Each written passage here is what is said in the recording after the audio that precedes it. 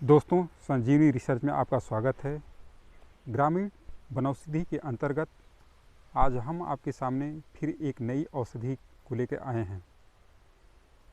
इस औषधि के बारे में हम बताते चलें कि यदि हमें रेस्पिरेटरी सिस्टम से संबंधित कोई जटिल बीमारी हो, खांसी आता हो, सांसें हमारी फूलती हो, रात के समय हमारे गले से घुर-घुर की आवाज़ आती हो और हम सही तरीके से सांसों की समस्या के कारण सो नहीं पाते हैं, अर्थात हमें दमा रोग हो, तो इस औषधि के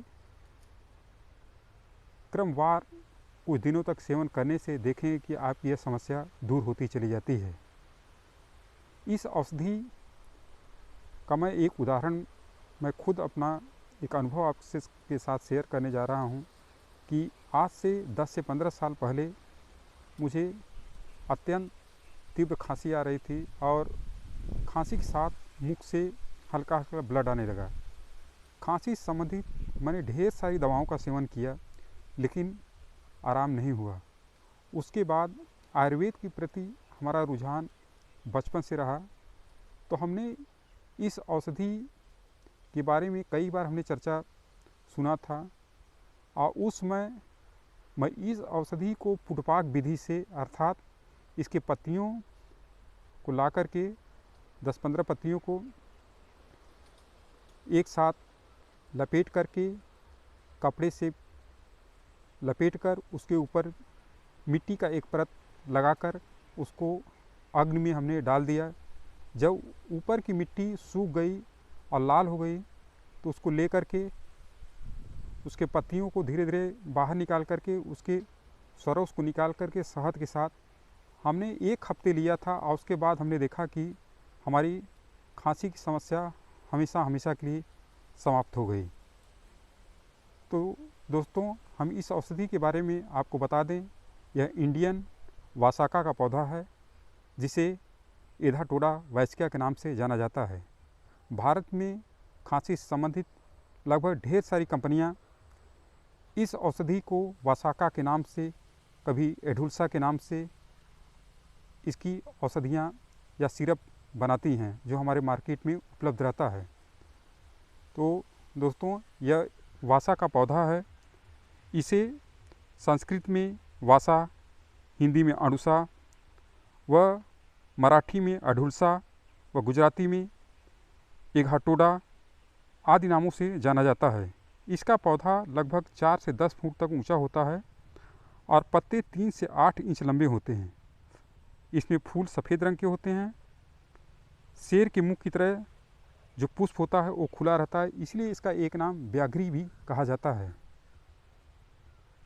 इसकी पूरे भारत में 2 प्रजातियां होती हैं। एक श्वेतवासा अर्थात जिसके पुष्प श्वेत होते हैं, और दूसरा होता है कृष्णवासा। दवाओं में कहा जाता है कि सबसे ज़्यादा उपयोग में कृष्णवासा का ही उपयोग किया जाता है। दोस्तों, अगर किसी को सांसों की समस्या हो तो इसके पत्ते के काढ़ा बना करके और उसमें थोड़ा सा शहद मिला करके अगर व्यक्ति लेता है तो धीरे धीरे ये समस्या दूर होने लगती है। हमने देखा है कि ऐसे कई रोग जो हमारे पास दमा के आते हैं, दवा के लिए आते हैं, तो हमने ऐसे कुछ रोगियों पर इसका प्रयोग कराया है, सांस के रोगियों पर, तो कुछ ही दिनों में देखा गया कि उनकी ये समस्या पूर्णतः खत्म हो गई। ऐसे स्थान पर जहाँ पर वासा न मिलता हो तो इसकी चूर्ण जो होते हैं वो भी मार्केट में अवेलेबल होते हैं। उन चूर्णों का प्रयोग भी अगर हम शहद के साथ सुबह शाम प्रयोग करते हैं तो यह समस्या स्वतः ही दूर हो जाती है। प्रदर रोग में अगर किसी महिला को प्रदर की समस्या हो तो वासा के सरस को मधु के साथ शरबत बनाकर देने से प्रदर पूर्णतः ठीक हो जाता है। ज्वर रोगों में भी इसका क्वाथ अत्यंत उपयोगी होता है। इस प्रकार से इसके कई प्रयोग होते हैं। रक्तपित्त में भी अगर देखा जाए तो वासा काफ़ी सहायक होता है। इसकी जड़ों और फूलों का काढ़ा करके घी में पकाकर शहद मिलाकर खाने से यदि कहीं से रक्त आता हो तो वह भी पूर्णतः बंद हो जाता है। श्वास कांच के रोगों में वासा के पुष्पों को घृत में मिलाकर देने से और क्षय और श्वास कांच की समस्या में पूर्णतः लाभ मिलता है। इसका 1 तोला चूर्ण घृत के साथ भी अगर मिला के हम देते हैं तो गुल्म रोग में भी इससे सहायक वसा होता है। इन्हीं जानकारियों के साथ दोस्तों हम अगले वीडियो में आपसे फिर मिलते हैं। जय हिंद।